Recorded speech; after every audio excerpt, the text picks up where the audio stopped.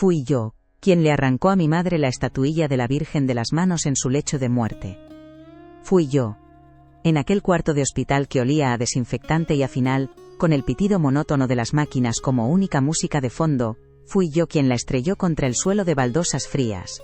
El sonido del yeso haciéndose añicos fue seco, violento, y por un instante silenció hasta los monitores. Grité, con una fuerza que no sabía que tenía, que ningún ídolo la salvaría, que solo Jesús podía hacerlo. Mi hermana Carmen, a mi lado, soltó un grito ahogado, como si le hubieran clavado un puñal, y sus lágrimas, que ya caían en silencio, se convirtieron en un llanto de puro horror. Pero yo no sentí crueldad. En la ceguera de mi fe, en la rigidez de mi doctrina, sentí que estaba librando una batalla espiritual por el alma de mi madre en su último aliento. Creía, con todo mi ser, que estaba haciendo lo correcto. Que la estaba salvando de la idolatría. Me llamo Elena, tengo 62 años, y durante la mayor parte de mi vida, fui una mujer de convicciones inquebrantables, líder de estudio bíblico en mi comunidad evangélica, respetada por mi conocimiento de las Escrituras, y sobre todo, por lo que mi pastor, el pastor David, llamaba mi celo por la verdad. Ese celo era mi armadura y mi arma. Nací y crecí aquí, en un pequeño pueblo de montaña donde las tradiciones pesan como las piedras de la iglesia antigua. Mi familia era un campo de batalla teológico.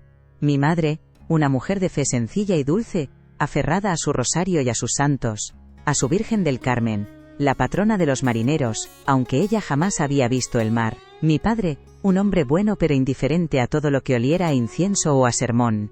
Y mi hermana Carmen, la heredera de la fe de mi madre, con su medalla al cuello y su asistencia a misa cada domingo. Y luego estaba yo, la que rompió la cadena. A los 20 años, encontré lo que para mí era la verdad pura, sin adornos, sin intermediarios. Una relación directa con Cristo. Y desde ese día, mi vida se convirtió en una misión: rescatar a mi familia de las garras de lo que yo consideraba la gran herejía católica. Veía idolatría en cada rincón de la casa de mis padres. Las estampitas, los crucifijos con el cuerpo doliente de Cristo, y sobre todo, ella. La figura de la Virgen María. Para mí, no era la Madre de Dios, era el símbolo máximo del desvío, una distracción pagana que apartaba la mirada del único Salvador. Mi fe era un martillo, y en mi propia casa, todo me parecía un clavo que debía ser enderezado. Las discusiones con mi madre eran una constante dolorosa. Recuerdo una tarde, ella estaba cosiendo en su sillón, con una pequeña imagen de la Virgen sobre la mesita. «Mamá», le dije con la Biblia abierta en mi regazo, Éxodo 20:4, «no te harás imagen, ni ninguna semejanza de lo que esté arriba en el cielo, ni abajo en la tierra. ¿No lo entiendes? Estás ofendiendo a Dios». Ella me miraba con sus ojos cansados, llenos de una tristeza infinita, y me decía: «Hija, yo no adoro el yeso. Le hablo a la madre, le pido que le hable a su hijo por mí. Es amor, Elena, no ofensa». Pero yo no podía verlo. Estaba blindada por el orgullo de tener la razón. Para mí, su amor era un error teológico. Con Carmen era peor. Nuestras conversaciones se convertían en debates a gritos. La acusaba de arrodillarse ante estatuas, de rezar repeticiones vacías. Una vez, en una comida familiar, se atrevió a decir que le había pedido a la Virgen por mi alma. Me levanté de la mesa, temblando de ira. «¿Le has pedido a un ídolo por mí? Pídele a Dios, habla con Jesús, ¿o es que no te atreves a ir directamente a la fuente?» El silencio que se hizo en la mesa fue tan denso que se podía cortar. Rompí la paz de mi familia una y otra vez, convencida de que lo hacía por su propio bien. Y todo culminó en esa habitación de hospital. Mi madre llevaba semanas apagándose. Su única paz, su único consuelo en medio del dolor, era aferrarse a esa pequeña estatuilla de la Virgen del Carmen, tan desgastada que los colores apenas se distinguían. Se la pasaba por las manos, susurraba oraciones que ya casi no se oían. Yo veía al enemigo allí mismo, en sus manos, robándole su último pensamiento, su último aliento de devoción que, según yo, pertenecía solo a Cristo. Así que lo hice. En un arrebato de celo y desesperación, se la arranqué. El resto ya lo sabéis. La victoria que sentí en ese momento fue la más fría y amarga de mi vida. Había cumplido con mi deber, pero el silencio que siguió a la muerte de mi madre, unos minutos después, fue un abismo que ninguna de mis certezas pudo llenar. Esa era yo, fuerte, segura y completamente ciega. No tenía ni idea de lo que el destino, o quizás Dios, tenía preparado para romper mi orgullo en 1000 pedazos, Igual que yo rompí aquella estatuilla. Si esta historia ya ha tocado algo en ti, si sientes que este viaje apenas comienza, te pido que me acompañes. Suscríbete al canal, dale a me gusta, para que este testimonio llegue a más gente, y activa la campanita para no perderte cómo termina todo esto. Y me encantaría saber desde dónde me estás escuchando. Déjame un comentario contándome de qué ciudad o país eres. Saber que estáis ahí, al otro lado, significa mucho para mí. Después de la muerte de mi madre, la vida siguió, pero como una melodía a la que le falta una nota fundamental. El silencio en la casa de mis padres era una acusación constante. Carmen y yo apenas cruzábamos palabra. Su dolor se había convertido en un muro de hielo entre nosotras, y mi supuesta victoria espiritual no me daba calor alguno. En mi comunidad, todo seguía igual.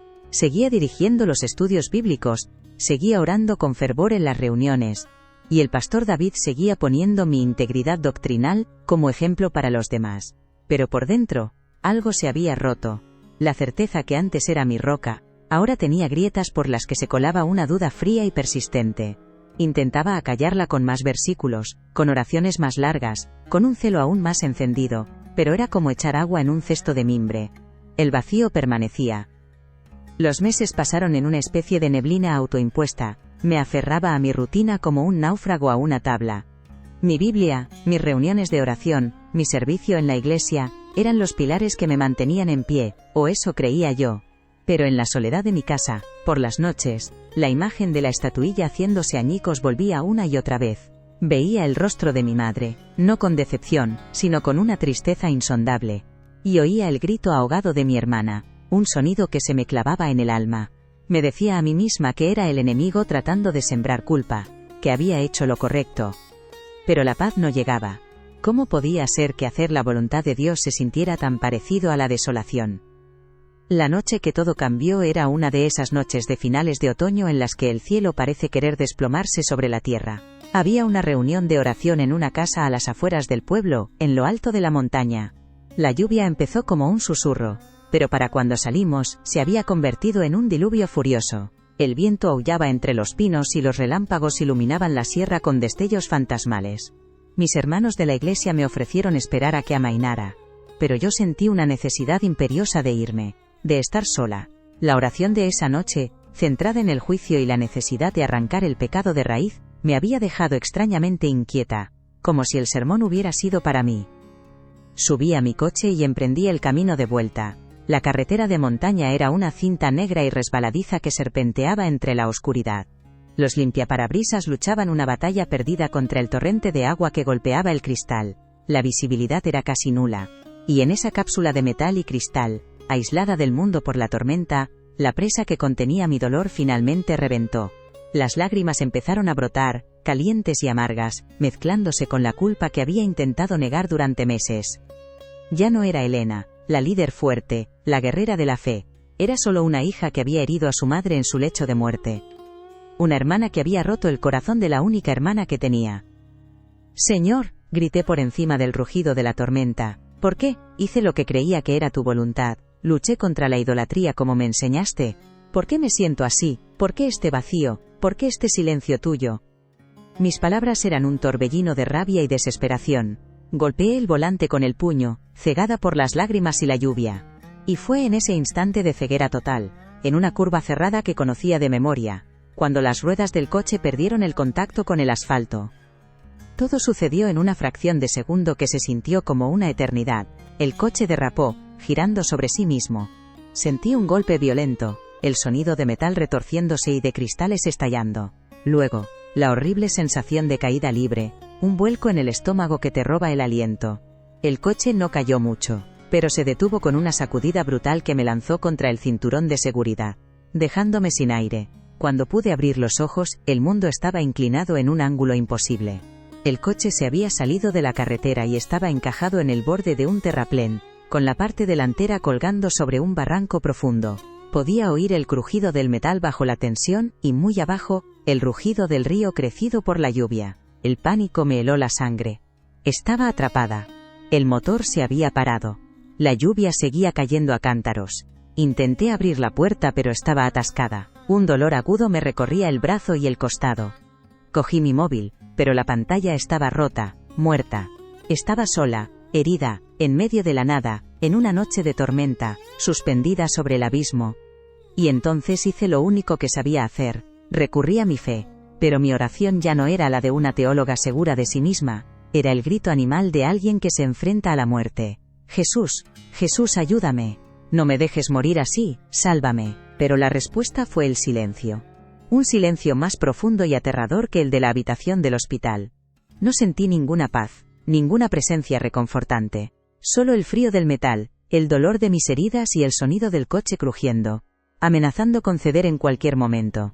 El Dios al que había dedicado mi vida, por el que había roto mi familia, parecía haberme abandonado. El orgullo se desvaneció, el celo se extinguió, y solo quedó el miedo puro y desnudo.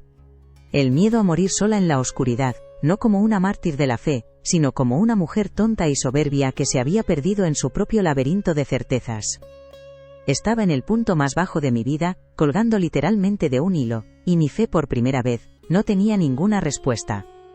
Fue en esa oscuridad absoluta, en ese silencio divino, donde todo estaba a punto de cambiar.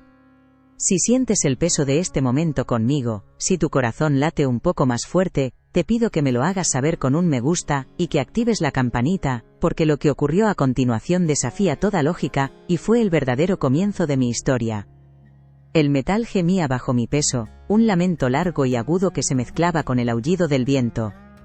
Cada crujido era una sentencia de muerte que el barranco esperaba con paciencia. El dolor en mi brazo era una brasa ardiente, y el frío de la noche se me metía en los huesos. Grité el nombre de Jesús hasta quedarme sin voz, hasta que mis cuerdas vocales se rindieron, y solo salía un susurro ronco. Grité por el Salvador que había predicado, por el Rey a quien había jurado lealtad exclusiva. Pero el cielo estaba mudo. La tormenta era la única respuesta, y su furia se sentía como una burla a mi fe insignificante. El silencio de Dios, en ese momento, fue la tortura más grande. Sentí el abandono en su forma más pura y aterradora. Toda mi teología, todos mis estudios bíblicos, todos los sermones del pastor David sobre la fe que mueve montañas, todo se deshizo en nada frente a la realidad de un trozo de metal a punto de ceder. Cerré los ojos, esperando el tirón final, la caída, me rendí, ya no había lucha ni celo ni orgullo, solo había una mujer pequeña y rota, a punto de pagar el precio de su soberbia. Y entonces, en el pozo más profundo de mi desesperación, cuando mi mente se preparaba para el fin, una imagen inundó mi conciencia. No fue el rostro glorioso de Cristo que siempre había imaginado en mis oraciones. No fue una visión de ángeles descendiendo para rescatarme. Fue un rostro de yeso. El rostro sereno y ligeramente desgastado de la estatuilla de mi madre. Lo vi con una claridad que era imposible en la oscuridad del coche. Vi las pequeñas grietas que los años habían dejado en la pintura, la dulzura de la boca, la compasión infinita en sus ojos pintados. El mismo rostro que yo había condenado, el mismo que había hecho añicos con mis propias manos, ahora me miraba desde el abismo de mi mente, no con reproche, sino con una paz que desafiaba mi situación. Y entonces, algo cambió en el coche, no fuera, donde la tormenta seguía rugiendo, sino dentro. Una luz suave como la de una vela en una habitación oscura, comenzó a llenar el habitáculo. No venía de ninguna parte y lo iluminaba todo. No era una luz que deslumbrara, sino una luz que acogía. Con la luz vino una presencia. Era inconfundiblemente femenina, una sensación de calma tan vasta y profunda como el océano. No había forma, ni contorno, solo una certeza abrumadora de que no estaba sola. Y sin que se pronunciara una sola palabra, sin que ningún sonido rompiera el estruendo de la lluvia, lo supe. Supe el mensaje que traía, lo sentí en cada célula de mi cuerpo, como si me lo estuvieran susurrando directamente en el alma. La paz sea contigo, hija mía, no estás sola. Y me rompí, pero no de miedo, me rompí de vergüenza, una vergüenza tan profunda y dolorosa que me quemaba por dentro, yo, que la había llamado ídolo. Yo, que la había despreciado, yo, que había arrancado su imagen de las manos de mi madre moribunda. Y aquí estaba, ella, o lo que fuera aquella presencia, ofreciéndome paz en mi hora más oscura. El pánico se disolvió como la sal en el agua. El terror fue reemplazado por un torrente de lágrimas, pero ya no eran las lágrimas amargas de la desesperación. Eran lágrimas de arrepentimiento, de un corazón de piedra que se hacía añicos, esta vez no por la violencia, sino por una misericordia que no merecía. Sentí el perdón sin pedirlo. Sentí el abrazo de una madre sin tener a nadie a mi lado. Me acurruqué en el asiento torcido del coche, y por primera vez en meses, quizás en años, dejé de luchar. Me entregué a esa paz inexplicable mientras el coche seguía crujiendo, suspendido entre la vida y la muerte. No sé cuánto tiempo pasó. Pude haber sido una hora o una eternidad. La tormenta empezó a amainar, y la luz dentro del coche se fue desvaneciendo lentamente. Pero la paz se quedó. Una fuerza que no era mía me mantuvo consciente, aferrada a un hilo de esperanza que no nacía de mi fe, sino de aquella experiencia. Y con las primeras luces del alba, con el cielo gris y lavado por la lluvia, oí un sonido lejano. Una sirena. Luego voces. Un equipo de rescate, alertado por un granjero que había visto las marcas de los neumáticos al salir de su casa, estaba allí. Me hablaron a través de la ventanilla rota, con palabras de calma y profesionalidad. Y mientras uno de ellos aseguraba el coche con cables, vi algo colgando de su cuello, una pequeña medalla de plata. No pude distinguir la imagen, pero mi corazón dio un vuelco. Me sacaron de allí, herida, temblando de frío, pero viva. Viva de una manera que nunca antes había estado. El rescate físico había llegado, pero mi verdadera salvación había ocurrido horas antes, en la oscuridad, colgada sobre el abismo. Si habéis sentido conmigo ese instante de misericordia, si entendéis que este no fue solo un rescate físico sino el principio de todo, hacedmelo saber con un me gusta y activad la campanita. Porque lo que sucede después del rescate, el camino de vuelta a la vida, es donde comienza el verdadero trabajo del alma. Los días en el hospital fueron un borrón de dolor físico, y una confusión mental que era mucho peor que cualquier hueso roto. Tenía el brazo en cabestrillo y varias costillas fisuradas, pero la verdadera fractura estaba en mi alma. Los médicos hablaban de contusiones, de shock postraumático. El pastor David vino a verme y lloró con fuerza a mi lado, declarando victoria sobre el ataque del enemigo, que había intentado silenciar mi voz.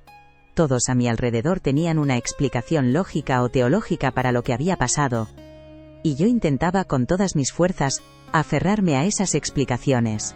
Me repetía a mí misma que la luz, la presencia, la paz, todo había sido una alucinación, producto del golpe en la cabeza, de la falta de oxígeno, del miedo extremo jugando una mala pasada a mi cerebro. Era la única explicación que encajaba en el mundo que yo había construido. Una alucinación. Tenía que serlo. Pero por las noches, cuando el silencio del hospital era absoluto, la mentira se desmoronaba. Cerraba los ojos y no veía el coche cayendo, no revivía el terror. Revivía la calma. Sentía de nuevo esa luz cálida que no quemaba, esa presencia que me envolvía como un manto. Y en mis sueños, no había palabras, solo la imagen nítida del rostro de la estatuilla de mi madre, mirándome con una ternura que me partía el corazón en dos. Me despertaba con la almohada mojada no por el sudor del miedo, sino por lágrimas de una emoción que no sabía nombrar. Era una mezcla de gratitud y una vergüenza tan profunda que me abrasaba por dentro. Vergüenza. Esa era la palabra. La vergüenza de recordar mis propias palabras, mi desprecio, mi arrogancia. Recordaba haberme reído de Carmen cuando la vi encender una vela ante una imagen. ¿Qué haces? ¿Crees que el humo le lleva tus recados a Dios? Recordaba haberle dicho a mi madre que su rosario era una vaina repetición de paganos, tal como decía el Evangelio. Y ahora, esa misma presencia que yo había ridiculizado y atacado, me había ofrecido paz en el umbral de la muerte. La ironía era tan cruel, tan abrumadora, que me dejaba sin aliento. ¿Cómo podía Dios permitir que una mentira, un ídolo, me diera un consuelo que Él mismo no me había dado en mi momento de mayor necesidad? La batalla en mi mente era constante. Una parte de mí, la Elena que todos conocían, la líder del estudio bíblico, buscaba versículos para refutar mi propia experiencia.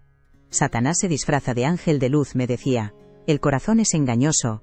Pero otra parte de mí, una parte nueva y frágil que había nacido en la oscuridad de aquel barranco, no podía negar la autenticidad de lo que había sentido. No era una teología, no era una doctrina. Era algo más antiguo, más fundamental. Era el amor. Un amor que no pedía nada a cambio, que no juzgaba mi historial de ofensas. Y ese amor me estaba destrozando por dentro, demoliendo las paredes de mi orgullo ladrillo a ladrillo. Si alguna vez has sentido una lucha así en tu interior, entre lo que crees y lo que has vivido, házmelo saber con un me gusta y activa la campanita, porque el paso que di a continuación fue el más difícil de toda mi vida. Cuando me dieron el alta, volví a mi casa vacía. El silencio ya no era una acusación, era una invitación a la reflexión. Durante días, apenas salí. Leía la Biblia, pero las palabras parecían distintas. Donde antes veía leyes y mandatos, ahora buscaba misericordia. Donde antes veía juicio, ahora anhelaba la gracia. Un día, sin saber muy bien por qué, sentí un impulso irrefrenable. Cogí las llaves del coche, a pesar del miedo que todavía sentía al volante, y conduje hasta el centro del pueblo. Pasé de largo mi iglesia, con su moderna fachada de cristal, y seguí conduciendo hasta la Plaza Vieja, donde se alzaba la parroquia católica, la iglesia de mi madre y de mi hermana. Un lugar que yo había descrito en mis estudios como la casa de la gran ramera de Babilonia. La había visto miles de veces, pero nunca la había mirado de verdad. Siempre con desprecio, con la superioridad de quien posee la verdad. Aparqué enfrente y me quedé allí, sentada en el coche, con el motor apagado. Mi corazón latía con una fuerza desbocada. Era el territorio del enemigo, un lugar lleno de las imágenes que Dios prohibía, del incienso que él aborrecía, de las oraciones a los muertos que eran una abominación. Todo en mí gritaba: «Vete de aquí, Elena, no entres». La voz del pastor David resonaba en mi cabeza, advirtiéndome sobre la contaminación espiritual. Pero la memoria de la paz en el coche era más fuerte. Era un susurro que me decía: «Aquí no hay nada que temer». Con las manos temblorosas, abrí la puerta del coche. Crucé la calle como si estuviera caminando sobre brasas. Me detuve frente a las enormes puertas de madera labrada. Olían a antiguo, a siglos de historia. Puse mi mano sobre el frío metal del picaporte y dudé. Era el punto de no retorno. Entrar allí era traicionar todo lo que había defendido, todo lo que había sido. Pero quedarme fuera era traicionar la verdad de lo que había experimentado. Respiré hondo y empujé. El interior estaba en penumbra, fresco y silencioso. El aire era denso, olía a cera de velas, a incienso rancio y a algo más, a devoción. La luz se filtraba a través de las vidrieras, tiñendo el suelo de colores. Mis ojos, acostumbrados a la sencillez austera de mi iglesia, se sintieron abrumados. Había estatuas por todas partes. Santos con rostros tristes, ángeles de piedra, y en el centro, sobre el altar, un Cristo crucificado, sangrante y derrotado, tan diferente del Cristo resucitado y victorioso que yo predicaba. Mi primera reacción fue de rechazo. «Idolatría», susurró la vieja Elena en mi mente. Pero entonces, en una capilla lateral, la vi, una imagen de la Virgen del Carmen, sosteniendo al niño. Era más grande, más elaborada que la de mi madre, pero la expresión era la misma, esa mezcla de dulzura y tristeza. Me acerqué, paso a paso, como si me atrajera un imán. Me paré a unos metros de distancia, con el corazón en un puño. No había nadie más. Estábamos solas, ella y yo. Miré su rostro de madera policromada. Y esperé sentir el rechazo, la indignación, la confirmación de que todo aquello era un error. Pero no sentí nada de eso. Lo único que sentí fue el eco de la paz del accidente. Y entonces, la imagen de mi madre en su lecho de muerte con las manos vacías, se superpuso a la escena. Y la presa se rompió. Caí de rodillas en el suelo de piedra fría, y lloré. Lloré en silencio, con sollozos que me sacudían el cuerpo entero. No recé. No sabía qué decir. Solo lloré por mi ceguera, por mi crueldad, por los años perdidos en una guerra que solo existía en mi cabeza. Lloré por mi madre. Y por primera vez, le pedí perdón. No a Dios, no a Jesús. Se lo pedí a ella. «Perdóname, mamá», susurré al suelo. «Perdóname». Y en ese acto de rendición, en ese templo de ídolos, sentí la liberación más grande de mi vida. Salir de aquella iglesia fue como nacer de nuevo a los 62 años. El aire de la plaza me pareció más limpio, los colores de las casas más vivos. No había ocurrido ningún milagro visible, ninguna aparición celestial. Solo una mujer rota arrodillada en un suelo de piedra fría. Pero en esa rendición, algo se había reordenado dentro de mí. La Elena que entró en esa iglesia, llena de miedo y de dudas, no fue la misma que salió. La que salió caminaba más despacio, como si estuviera aprendiendo a pisar un mundo que no conocía. Por supuesto, la noticia de mi cambio no tardó en extenderse por un pueblo donde los secretos duran menos que un aguacero de verano. Al principio fue mi ausencia. Dejé de ir a los estudios bíblicos. No volví a la iglesia del pastor David. Las llamadas empezaron a llegar, primero de preocupación, luego de insistencia. Finalmente, el propio pastor David se presentó en mi puerta. Se sentó en mi salón, con su Biblia de tapas de cuero en el regazo, y me habló con la voz paternal que yo tanto había admirado. Me habló del trauma, del shock, de cómo el enemigo aprovecha nuestros momentos de debilidad para sembrar confusión. Me dijo que mi experiencia en el coche no había sido más que una alucinación, una trampa del diablo para alejarme de la verdad. Elena, me dijo con sus ojos fijos en los míos, Satanás se disfraza de ángel de luz para engañar a los elegidos. Has sido atacada. Debemos orar para reprender este espíritu de engaño. Escuché cada palabra. La vieja Elena habría estado de acuerdo, habría asentido con fervor, habría caído de rodillas a su lado para librar una batalla espiritual. Pero yo ya no era ella. Cuando terminó, simplemente le miré, sin ira, sin afán de discutir, y le dije con toda la calma de mi alma, Pastor, agradezco su preocupación. Pero lo que yo viví en ese coche, colgada sobre el abismo, fue la experiencia más real de toda mi vida. No fue un engaño, fue misericordia. Él negó con la cabeza, con una mezcla de pena y decepción. Vio en mis ojos que me había perdido. Y a partir de ese día, para mi antigua comunidad, me convertí en un caso perdido. Una advertencia sobre los peligros de desviarse del camino. Las burlas no tardaron en llegar. Oía los susurros a mi paso en el mercado. Esa es Elena, la que se volvió loca después del accidente. Dicen que ahora reza a las estatuas. Pobrecita, el golpe le afectó la cabeza. Me dolía, por supuesto que me dolía. Pero era un dolor limpio, diferente a la amarga soberbia que me había corroído durante años. Ya no sentía la necesidad de defenderme, de demostrar que tenía la razón. Mi certeza no venía de un libro o de un sermón, sino de una paz que había sentido en lo más profundo de mi ser. Mi hermana Carmen fue mi puerto seguro. Al principio, me miraba con cautela, sin saber si mi cambio era genuino. Pero cuando me vio, no intentando convertirla, sino simplemente estando a su lado en silencio, compartiendo un café, escuchando, algo se ablandó en ella. Un día, sin decir nada, sacó una pequeña caja de un cajón. Dentro, envueltos en algodón, estaban los trozos de la estatuilla de mi madre. Pensé que querrías guardarlos, me dijo, con la voz quebrada. Y en ese momento, el muro de hielo que nos había separado durante décadas se derritió para siempre. Y así, poco a poco, encontré mi lugar. No en una nueva etiqueta religiosa, sino en los gestos. Acompañaba a Carmen a misa algunos domingos, no para analizar la liturgia, sino para sentir la paz del silencio compartido. Encendí una vela, no porque creyera que la cera tenía poder, sino como un símbolo de la luz que había encontrado en la oscuridad. Los símbolos que antes había despreciado, ahora me hablaban en un lenguaje nuevo. El rosario ya no era una repetición vacía, sino una cadena de amor que me conectaba con mi madre. La imagen de María ya no era un ídolo, sino el recordatorio de un amor maternal y compasivo que me había rescatado cuando mi propia fe me había abandonado. El momento culminante llegó en julio, durante las fiestas del pueblo, la procesión de la Virgen del Carmen, el mismo evento que yo había denunciado durante años, desde el púlpito improvisado de mi estudio bíblico como el mayor espectáculo de idolatría del año. Pero ese año, yo estaba allí, entre la gente, en la plaza. No como una espectadora crítica sino como una más. Cuando la imagen pasó frente a mí, adornada con flores y llevada en hombros por los hombres del pueblo, vi en su rostro de madera el mismo consuelo que me había encontrado en la carretera. Y las lágrimas corrieron por mis mejillas sin que yo pudiera evitarlo. Al final de la procesión el alcalde, que me conocía de toda la vida, se acercó a mí, vio mi emoción y, en un impulso, me ofreció el micrófono. Elena, ¿quieres decir unas palabras? El pánico me invadió. Toda la plaza guardó silencio. Cientos de ojos se clavaron en mí. La mujer que los había juzgado, la que los había llamado paganos. Tomé el micrófono con manos temblorosas. ¿Qué podía decir? Mi mente se quedó en blanco, pero mi corazón habló.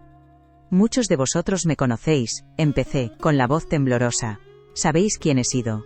Sabéis lo que he dicho de vuestra fe, de vuestras tradiciones, de ella. Mi mirada se posó en la imagen.